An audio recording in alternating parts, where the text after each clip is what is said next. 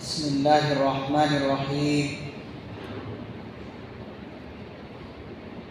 الحمد لله نحمده ونستعينه ونستغفره ونؤمن به ونتوكل عليه ونعوذ بالله من شرور أنفسنا ومن سيئات أعمالنا. من يهده الله فلا مضل له ومن يضلل فلا هادي له، ونشهد أن لا إله إلا الله وحده لا شريك له، ونشهد أن سيدنا وسندنا ونبينا ومولانا محمدا عبده ورسوله صلى الله تعالى عليه وعلى آله وأصحابه وأزواجه وذرياته وبارك وسلم تسليما كثيرا. أما بعد فأعوذ بالله من الشيطان الرجيم. بسم الله الرحمن الرحيم. يا أيها الناس إن وعد الله حق فلا تغرنكم الحياة الدنيا ولا يغرنكم بالله الغرور. إن الشيطان لكم عدو فاتخذوه عدوا إنما يدعو حزبه ليكونوا من أصحاب السعير. وقال النبي صلى الله عليه وسلم: الدنيا دار من لا دار له، أو كما قال النبي صلى الله عليه وسلم: رب اشرح لي صدري ويسر لي أمري واحلل عقدة من لساني يفقهوا قولي.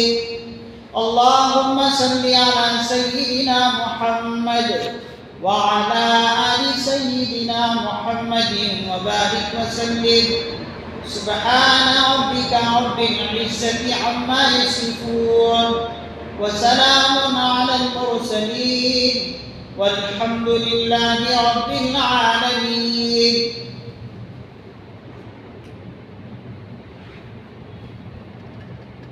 ملے خاک میں اہل شان کیسے ملے خاک میں اہل شان کیسے مکین ہو گئے بے مکان کیسے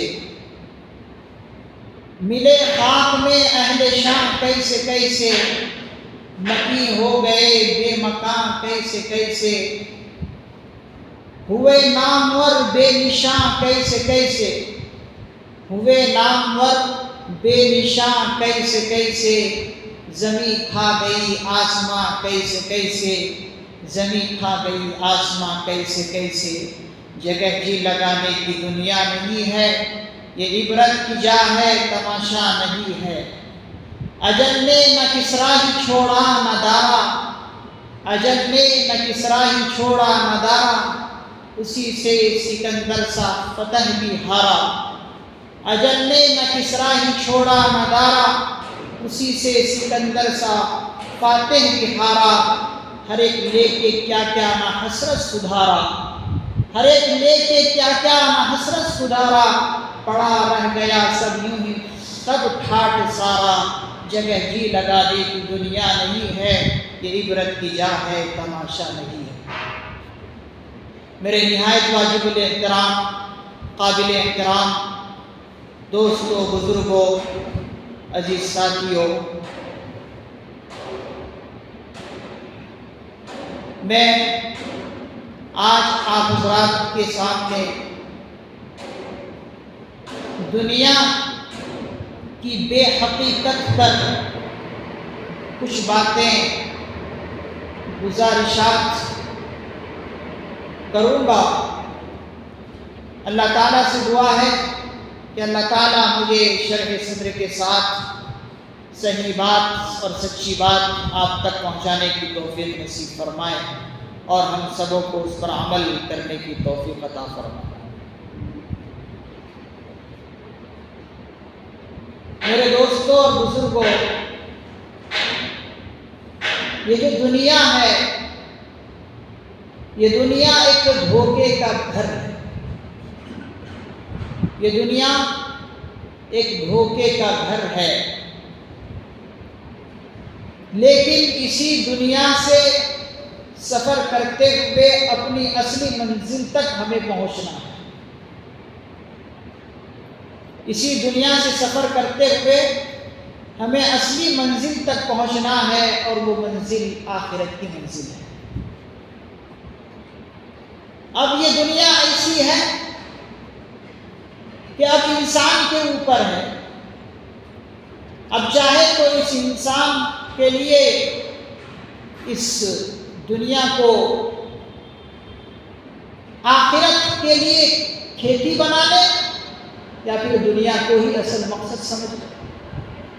جس نے اس دنیا کو راستہ سمجھ کر آخرت کا، اس کے اندر آخرت کی پوری تیاری کر لی تو وہ کامیاب ہے، اور جس نے اس دنیا کو ہی اصل مقصد سمجھ لیا وہ ناکام اور نامراد ہے۔ پہلے ہم دماغ میں یہ بٹھا لیں کہ یہ دنیا آخرت تک پہنچنے کا راستہ ہے، یہ دنیا اصل ہمارا ٹھکانہ نہیں ہے، اور انسان کو اس سے بھی ہوشیاری ضروری ہے کہ یہ دنیا اس کو دھوکہ نہ دے، دنیا اس کو دھوکہ نہ دے دے، اس سے بہت ہوشیار ہونے کی ضرورت ہے۔ دنیا ہمارا گھر نہیں ہے، دنیا اس شخص کا گھر ہے جس کا کوئی اصلی ٹھکانہ نہیں ہے، جس کی کوئی اصلی منزل نہیں ہے، اس کے لیے دنیا گھر ہے۔ ہمارا اصلی ٹھکانہ دنیا نہیں ہے بلکہ آخرت۔ دنیا ہمارا گھر نہیں ہے۔ اللہ والے فرماتے ہیں کہ ہمارا اصلی ٹھکانہ آخرت ہے، اور خود جس حدیث کی میں نے تلاوت کی، جو کہ حضور علیہ السلام کی حدیث مبارکہ ہے کہ الدنیا دار من لا دار لہ، دنیا اس شخص کے لیے جس کا کوئی گھر نہیں ہے۔ ہمارا گھر دنیا نہیں ہے، ہمارا گھر اصل جو ہے آخرت ہے۔ کیوں؟ اصل گھر کس کو کہتے ہیں؟ عرفاً اسی کو تو گھر کہیں گے کہ جس کا کوئی اصلی مالک ہو۔ اصلی مالک جس کا ہو وہ اس کا گھر ہوتا ہے۔ اب ذرا ہم اپنے ذہن کو دوڑائیں، کیا یہ دنیا کے اندر ہمارے جو یہ گھر ہے، یہ کیا ہمارا اصلی گھر ہے؟ یہ دنیا کے جو گھر ہے ہمارے پاس، یہ اصلی گھر ہمارا نہیں ہے۔ اصلی گھر تو تب ہوتا کہ ہم اس گھر کو اپنے پاس ہمیشہ رکھتے، ہم سے کبھی یہ گھر جدا نہ ہوتے، ہماری اولاد، ہماری بچیاں اور ہمارے بچے، ہمارے پاس جو مال و دولت ہے، اگر یہ ہمارے پاس ہمیشہ رہتے تو تب کہتے یہ ہماری اصلی چیزیں ہیں۔ یہ سب چیزیں تو ہم سے چھوٹ جائیں گی، یہاں تک کہ گھر بھی چھوٹ جائے گا، اور گھر تو وہ ہوتا ہے کہ جو انسان خود اس کا مالک ہو اور کبھی اس سے نہ چھوٹے۔ اب دنیا کے جو گھر ہمارے پاس یہ تو ہم سے چھوٹ جائیں گے، تو معلوم یہ ہوا یہ ہمارا گھر اصلی نہیں۔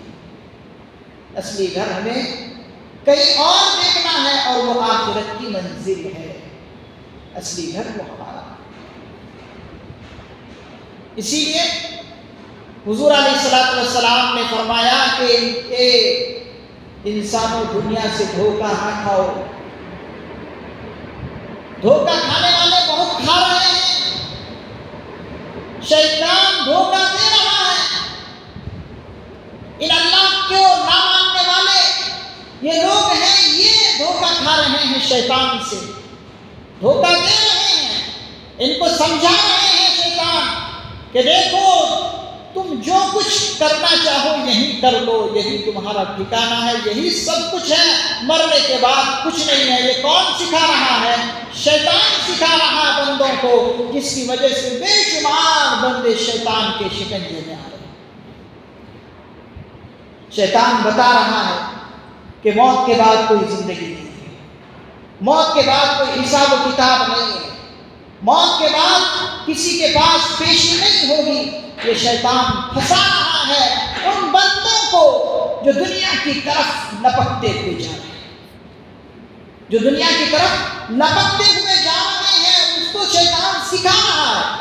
اور اللہ کا احسان مانیے کہ اللہ نے اس شیطان سے اپنے بندوں کو ڈرتے رہنے کے لیے کہا، ہوشیار رہنے کے لیے کہا، یا ایھا الناس ان وعد اللہ حق فلا تغرنکم الحیاۃ الدنیا، کہ انسانو یا ایھا الناس ان وعد اللہ حق، اللہ کا وعدہ سچا ہے۔ اور وہ وعدہ کیا ہے؟ کہ اس دنیا کے بعد بھی ایک دنیا ہے، اس دنیا کے بعد بھی ایک زندگی ہے، اس دنیا کی زندگی کے بعد بھی قبر کی زندگی ہے، اس دنیا کی زندگی کے بعد قبر کی زندگی سے آگے اور بھی مقامات ہیں، اور بھی منزلیں ہیں۔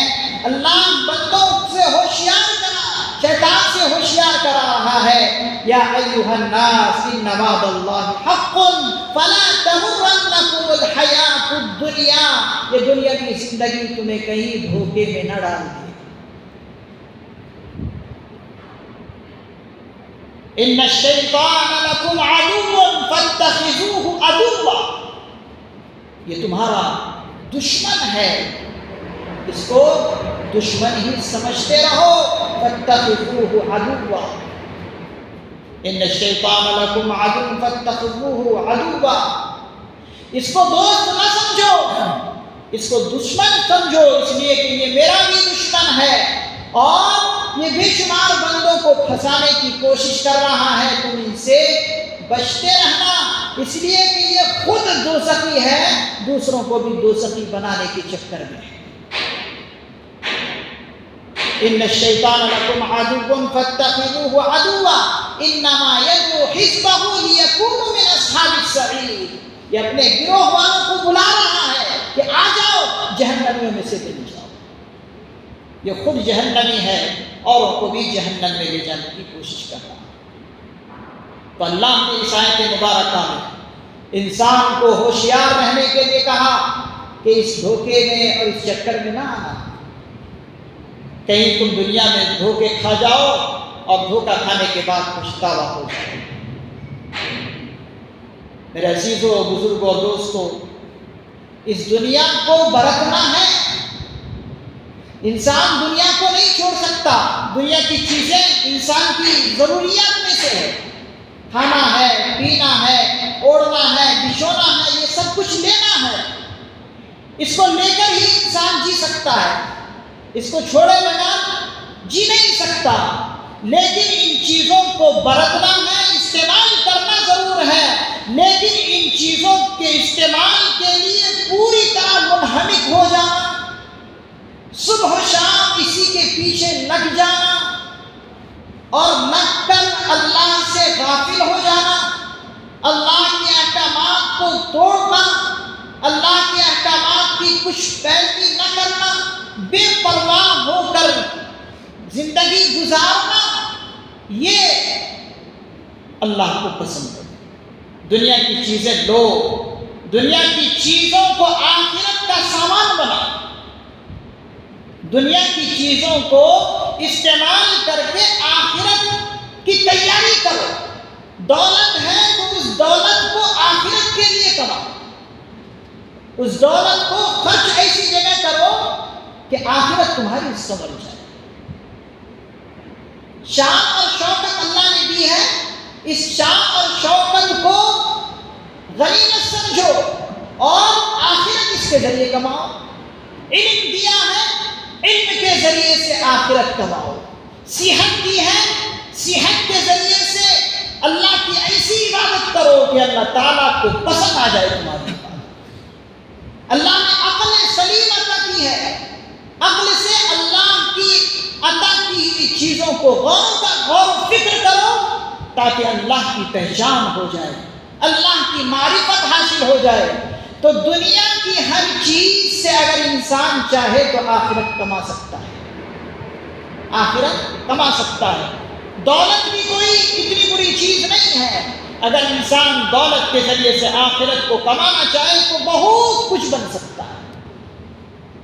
اللہ نے جن کو دولت دیے تھے، بے شمار دولتیں اللہ نے ان کو عطا کی تھی، تو ان دولتوں کو اللہ کے لیے قربان کرتے گئے، آخرت کو بنانے کے لیے ان دولتوں کو صرف کیا اور ان کی زندگی کامیاب۔ حضرات محدثین اعظام فرماتے ہیں کہ اگر دولت صحیح مصرف پر خرچ ہو رہی ہے تو سمجھو کہ دولت حلال طریقے سے آئی ہے۔ بہت پوائنٹ کی بات بتا رہا ہوں۔ اللہ والے فرماتے ہیں اگر آپ کی دولت صحیح مصرف پر خرچ ہو رہی ہے تو سمجھو کہ وہ دولت حلال طریقے سے اور حلال راستے سے آئی ہے، اور اگر آپ کی دولت غلط جگہ پر صرف ہو رہی ہے، غلط مصرف پر خرچ ہو رہی ہے تو سمجھو وہ دولت آپ کے حلال راستے سے نہیں آئی ہے، حرام راستے سے آئی ہے۔ یہ حضرت پیران پیر شیخ عبد القادر جیلانی رحمۃ اللہ علیہ کا میں نے یہ مقولہ کل ہی پڑھا، بہت امپورٹنٹ ہے، اسے ذہن میں رکھیے۔ حضرت فرماتے ہیں اگر آپ کی دولت صحیح مصرف پر خرچ ہو رہی ہے تو سمجھو وہ دولت حلال راستے سے آئی ہے، اور اگر غلط راستے پر آپ کی دولت خرچ ہو رہی ہے تو سمجھو وہ دولت آپ کے حلال راستے سے نہیں آئی ہے۔ اب جب وہ حرام راستے سے آئی ہے تو حرام جگہ پر ہی اس کا استعمال کریں۔ کیسے بے شمار واقعات ہیں جو انسان کو جھنجھوڑنے کے لیے ایک ہی واقعہ کافی ہے۔ میں آپ کو حضرات صحابہ کرام رضی اللہ عنہ کی زندگی کا ایک واقعہ بہت مختصر سناتا ہوں کہ ہم میں اور ان میں کتنا فرق تھا، ہماری زندگی میں اور ان کی زندگی میں کیا فرق تھا، آپ اس واقعے سے اندازہ لگائیں۔ کتابوں کے اندر لکھا کہ دو صحابی کا ایک عجیب جھگڑا پیدا ہوا، جو دو صحابی کا ایک عجیب جھگڑا سامنے آیا۔ جھگڑا کیا سامنے آیا؟ ایک صحابی نے ایک صحابی سے زمین خریدی، ایک صحابی نے ایک صحابی سے زمین خریدی، زمین خریدنے کے بعد قیمت ادا کر دی گئی، قیمت ادا کر دی گئی۔ اب زمین جو ہے جس صحابی نے خریدی تھی ان کے قبضے میں آئی۔ اب وہ صحابی اس زمین پر عمارت بنانے کے لیے تیار ہوئے۔ اب جب عمارت بنانے کے لیے تیار ہوئے تو اب زمین کھودی جا رہی ہے، زمین کھودی جا رہی ہے عمارت بنانے کے لیے۔ ایسا مرحلہ آیا کہ جہاں سے زمین کھودی جا رہی ہے وہاں سے سونے کا دیگچا نکل آیا، سونے کا دیگچا نکل آیا۔ اب جب سونے کا دیگچا نکل آیا تو اب جس نے خریدی، جس صحابی نے، اس نے سوچا کہ یہ تو میرا مال نہیں ہے، یہ میرا مال نہیں ہے، یہ تو اس کا مال ہے کہ جس سے میں نے زمین خریدی ہے۔ اس لیے کہ جس نے زمین بیچی ہے اس نے تو تحت الصراط تک ہی زمین بیچی ہے، ایسا تھوڑے کہ اوپر کا حصہ اس نے بیچا۔ اس شخص نے، اس صحابی نے تحت الصراط تک نیچے تک کا حصہ بیچا ہے۔ اب جس صحابی نے خریدی زمین اس نے کہا یہ میرا مال نہیں ہے، میرا اس پر حق نہیں ہے، لہذا مجھے اس صحابی کو لوٹا دینا چاہیے۔ دوڑے دوڑے اس صحابی کے پاس پہنچتے ہیں اور کہتے ہیں کہ یہ آپ کا سونے کا دیگچا ہے، آپ رکھیے۔ اس صحابی نے کہا، جس نے زمین بیچی تھی، اس نے کہا میں نے زمین بیچی تھی، میں نے یہ خزانہ تھوڑے بیچا تھا، میں نے زمین بیچی تھی، میں نے خزانہ تھوڑے بیچا تھا، یہ سونے کا دیگچہ ہے یہ تھوڑے بیچا تھا میں، یہ میرا نہیں ہے، یہ آپ کا حق ہے۔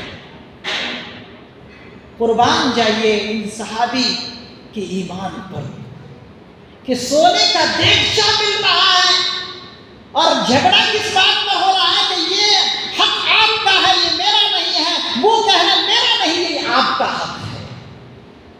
اللہ اکبر کبیرہ، کیا ایمان تھا ان کا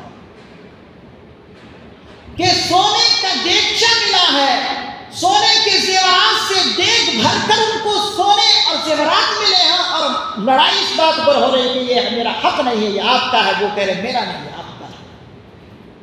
اگر ہم میں کا کوئی ہوتا تو بتاتے بھی نہیں اور پورا ہڑپ کر لیتے، لیکن یہ صحابہ کی زندگی تھی۔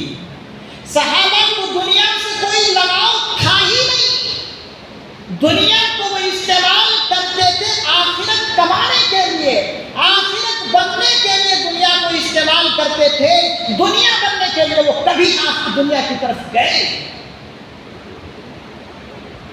یہ مقدمہ حضور کی خدمت میں پہنچا، یہ مقدمہ یہ جھگڑا حضور علیہ السلام کی خدمت میں آیا اور پورا داستان سنایا گیا کہ ایسا ایسا۔ حضور نے کیا کیا؟ حضور نے جس صحابی نے زمین بیچی تھی ان سے کہا کہ کیا تمہارے پاس اولاد ہے؟ اس نے کہا ہے۔ اور جس نے خریدی تھی ان سے کہا کوئی تمہاری اولاد ہے؟ اس نے کہا ہے۔ تو ایک کے پاس بیٹا اور ایک کے پاس بیٹی۔ حضور نے فیصلہ کر دیا کہ یہ پورا کا پورا مال ان دونوں کی شادی میں خرچ کیا جائے، یہ پورا کا پورا مال ان دونوں کی شادی میں خرچ کیا جائے اور ان دونوں کی زندگی کو آباد کر دی جائے، خوش و خرم ہو کر زندگی گزارے۔ یہ صحابہ کی زندگی تھی، اور ہم ہیں کہ ہماری 24 گھنٹے دنیا کے پیچھے ہماری زندگی گزر رہی ہے، اللہ کے حکموں کو توڑ کر ہم زندگی گزار رہے ہیں۔ کیا جمعہ، کیا فرض نماز، کیا وتر، کیا کوئی اور چیز، کوئی مطلب نہیں، بس دنیا ہماری بننی چاہیے۔ یہ شیوا کن کی ہے کہ دنیا بننی چاہیے؟ یہ شیوا مسلمانوں کا نہیں ہے، یہ نشانی کافروں کی ہے، اس لیے کہ ان کے یہاں آخرت کوئی چیز نہیں ہے، ان کی تو دنیا ہی دنیا ہے۔ یہ چیزیں ہمارے اندر آ گئی ہیں، ہم مسلمان ہیں۔ میرے عزیزوں، بزرگوں، دوستوں، اپنے آپ کو سنوارنے کی ضرورت ہے، اپنے آپ کو بنانے کی ضرورت ہے۔ اس دنیا سے دھوکہ نہ کھائیے۔ بڑے بڑے پہلوان آئے چلے گئے، آج ان کا نام و نشان بھی کچھ نہیں ہے۔ جیسا کہ شاعر نے کہا نا کہ ملے خاک میں اہل شان کیسے کیسے، ملے خاک میں اہل شان کیسے کیسے، بے مکی ہو گئے بے مکان کیسے کیسے، ملے خاک میں اہل شان کیسے کیسے، مکی ہو گئے بے مکان کیسے کیسے، ہوئے نامور بے نشان کیسے کیسے، زمین کھا گئی آسماں کیسے کیسے، جگہ جی لگانے کی دنیا نہیں ہے، یہ عبرت کی جا ہے تماشا نہیں۔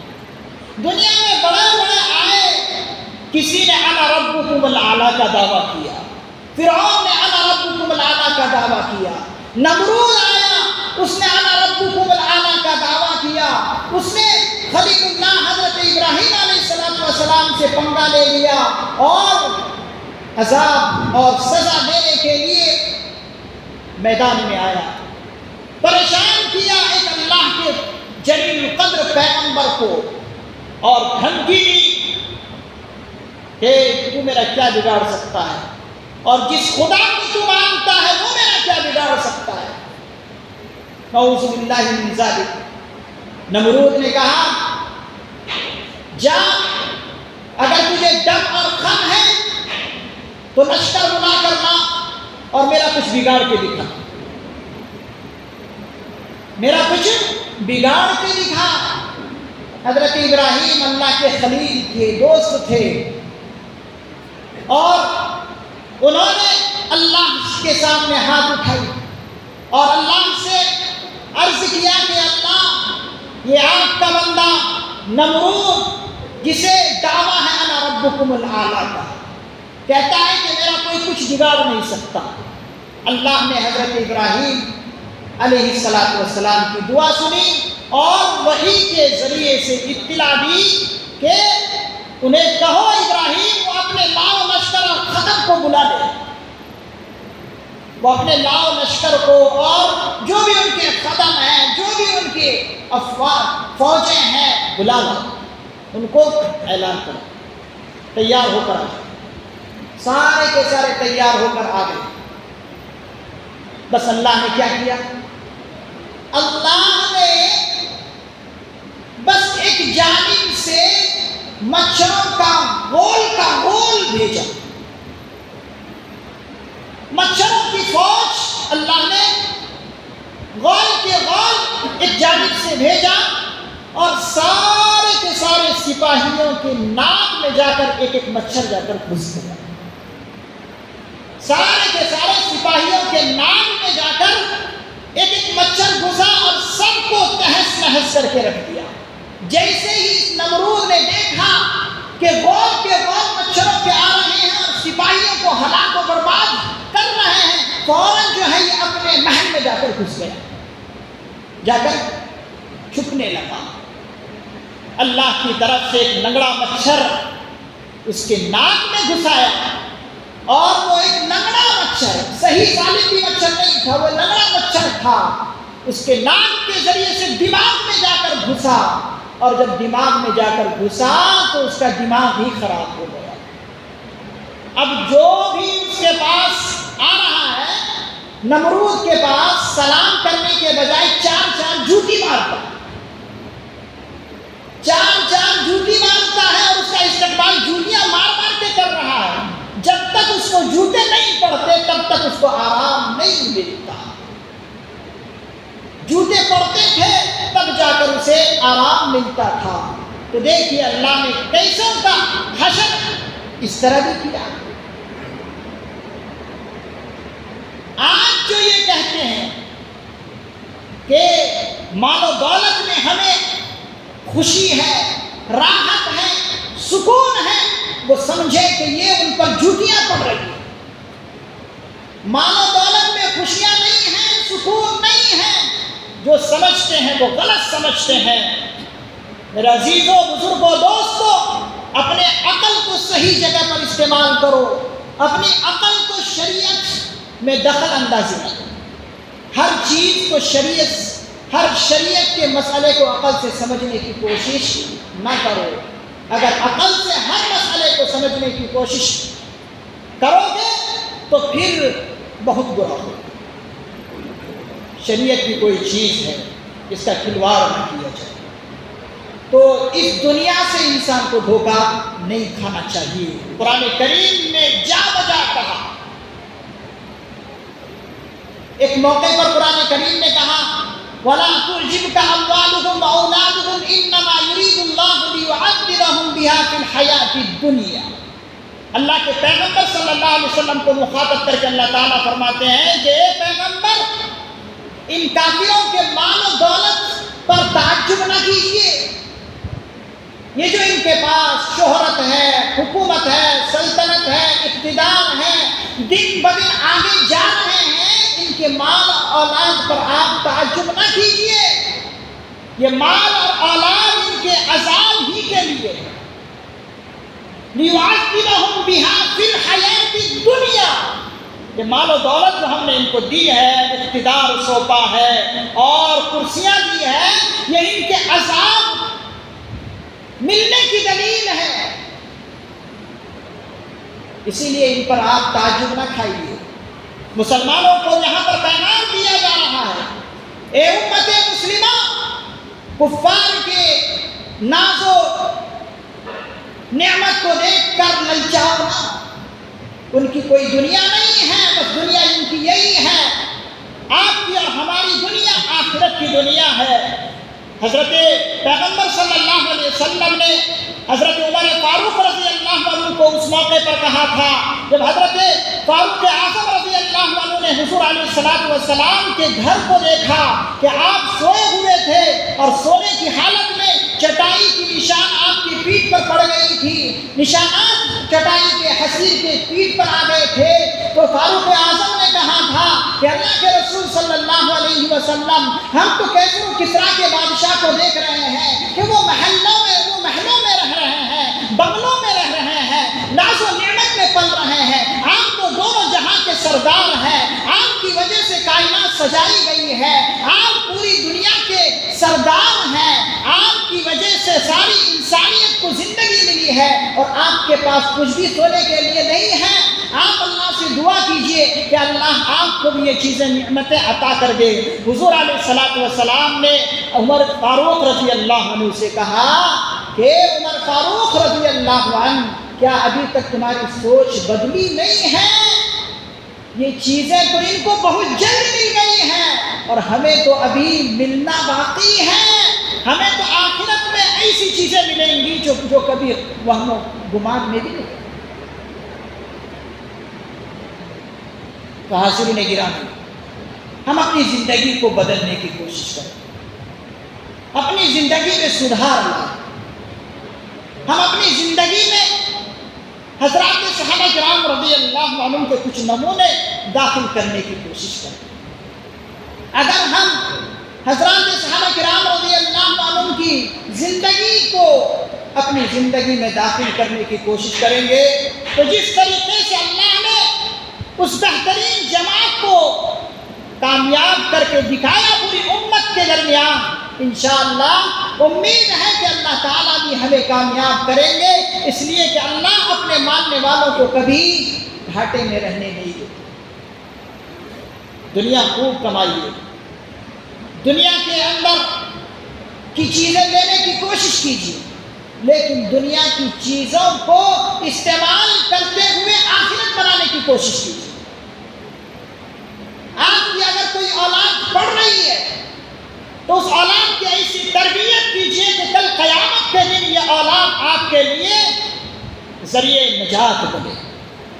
آپ دنیا کی تعلیم دیں، دنیا کی تعلیم دینا منع نہیں ہے، لیکن اس دنیا کی تعلیم دیتے ہوئے اس کا خیال بھی رکھیں کہ کیا ہماری شریعت سے وہ بچہ کٹ تو نہیں رہا، کئی بچہ ہماری شریعت سے ہٹ تو نہیں رہا۔ آپ جو ہے ان کے لب و لہجوں کو دیکھیں، جب اسکول سے بچہ گھر کو آئے آپ اس کے لب و لہجے کو دیکھیں، آپ اس کے ساتھیوں کو دیکھیں کہ کس کے ساتھ اس کا اٹھنا اور بیٹھنا ہو رہا ہے، آپ اس کے کلام اور گفتگو کو سنیں کہ کہیں کلام اور گفتگو میں کہیں یورپ اور امریکہ کی چیزیں تو نہیں آ رہی ہیں۔ اگر باہر کی چیزیں آپ کے بچے میں آ رہی ہیں تو پھر وہ اولاد آپ کے لیے ذریعہ نجات نہیں بن سکتی، بلکہ وہی اولاد آپ کے لیے وبال جان بن جائے گی۔ حضرت حکیم الامت حضرت مولانا اشرف علی تھانوی رحمۃ اللہ علیہ نے اپنی کتاب کے اندر کہا کہ جس بندے کو اولاد نہیں ملے اس کو اور بڑی اللہ کی طرف سے نعمت ہے، وہ اس لیے کہ وہ ایک ایک منٹ کو ایک ایک سیکنڈ کو اللہ کی شکر گزاری میں گزارے۔ جس کو اولاد نہیں ملی اس کے لیے اللہ کی طرف سے یہ بہت بڑی نعمت ہے کہ وہ ایک ایک سیکنڈ کو اللہ کے لیے گزار دے، اور جن کو اولاد ملی ہے ان کے لیے آزمائش ہے وہ اولاد، ان کی آزمائش یہ ہے کہ اگر وہ اولاد تربیت نہیں ہوتی اس اولاد کی تو پھر یہی اولاد اس کے لیے وبال جان بن جائے۔ ایک بزرگ کا واقعہ حضرت نے اپنی کتاب کے اندر لکھا کہ ایک بزرگ جو ہے نکاح نہیں کرتے تھے، نکاح نہیں کرتے تھے، اچانک ان کو آنکھ لگ گئی، سو گئے، سونے میں ڈر کھا گئے، فوراً بیدار ہوئے اور بیدار ہو کر اپنے ایک مرید سے کہتے ہیں کہ فوراً میرے پاس ایک لڑکی لے کر آؤ۔ فوراً ایک لڑکی کو لایا گیا اور فوراً اس بزرگ نے اس لڑکی سے نکاح کر لیا۔ نکاح کرنے کے بعد تھوڑے دن کے بعد جو ہے ایک اولاد پیدا ہوئی، ایک اولاد ہوئی اور اولاد مر گئی، اولاد مر گئی۔ اب اس بزرگ نے اس عورت سے کہا کہ عورت اگر تو میرے ساتھ رہنا چاہے تو خوشی سے رہ، اور اگر نہیں رہنا چاہتی تو میں تجھے آزاد کرتا ہوں۔ اس عورت نے کہا مجھے آزاد نہیں ہونا ہے، مجھے آپ ہی کے ساتھ زندگی گزارنا۔ حضرت نے لکھا کہ وہ عورت جو ہے حضرت سے بہت جو ہے تربیت یافتہ تھی، اسی لیے اس نے کہا کہ مجھے آپ ہی کے ساتھ زندگی گزارنا۔ ہوا یہ عورت ان کے ساتھ زندگی گزار رہی ہے۔ اب لوگوں نے ان سے پوچھا کہ آپ اتنے دن سے نکاح کرنے کے لیے تیار نہیں ہوئے اور فوراً اب نکاح کرنے کے لیے تیار ہوئے، آپ نے نکاح کر لیا، ماجرا کیا؟ اس بزرگ نے ماجرا بیان کیا، قصہ بیان کیا کہ جب میں سو رہا تھا تو میں نے بندوں کو دیکھا کہ وہ پل صراط کے اوپر سے گزر رہے ہیں، پل صراط کے اوپر سے گزر رہے ہیں، اور گزر سے گزرتے ایک شخص کو دیکھا کہ وہ پل صراط پر ہی کھڑا ہے، آگے نہیں جا پا رہا۔ تو پھر میں نے دیکھا کہ فوراً اس کا ایک وہ اولاد جو بچپنے میں گزر گئی تھی، دوڑتے دوڑتے وہ اولاد اس کے پاس آئی اور اس باپ کو لے کر پل صراط پار کرا، پل صراط پار کرا دیا اس اولاد نے۔ تو اس بزرگ نے کہا کہ یہ بہت بڑی چیز ہے کہ اگر بچپنے میں کوئی اولاد گزر جاتی ہے تو وہ اولاد اپنے ماں باپ کا کل سہارا دے، اس لیے کہ بچہ بالکل نابالغ ہے، قصور ہے ہی نہیں، بالکل مغفور ہے، بخشایا ہے۔ تو جن کے یہاں اولادیں بچپنے میں مر جاتی ہے، اس شخص کے لیے یہ ایک بہت بڑی خوشخبری ہے کہ کل قیامت کے دن وہ اولاد اپنے باپ کی مغفرت کرا دے۔ قرآن کریم کے اندر بھی اس قسم کی بہت ساری بشارتیں آیتوں میں آئی ہیں۔ تو جن کو اولاد ملی ان کے لیے آزمائش ہے کہ اپنی اولاد کی صحیح تربیت کرے، جن کو اولاد نہیں ملی ان کے لیے اللہ کی ایک بہت بڑی نعمت ہے کہ وہ ایک ایک منٹ اللہ کی شکر گزاری میں گزار دے، تاکہ دنیا کے اندر کی وہ زندگی پوری پاک اور صاف ان کی گزر جائے۔ اللہ تعالیٰ سے دعا ہے کہ اللہ تعالیٰ ہم سبوں کو اولاد صالح کی دولت سے مالا مال فرمائے۔ اللہ تعالیٰ سے دعا ہے کہ اللہ تعالیٰ ہمیں دنیا کی زندگی سے دھوکہ سے بچ جانے کے لیے اللہ تعالیٰ ہمارے لیے موقع فراہم کرے، اور اللہ سے یہ بھی دعا ہے کہ اللہ تعالیٰ شیطان کے شکنجے سے، شیطان کے تسلط سے اللہ تعالیٰ ہماری پوری حفاظت فرمائے۔ وآخر دعوانا الحمدللہ، سنت و سفاری۔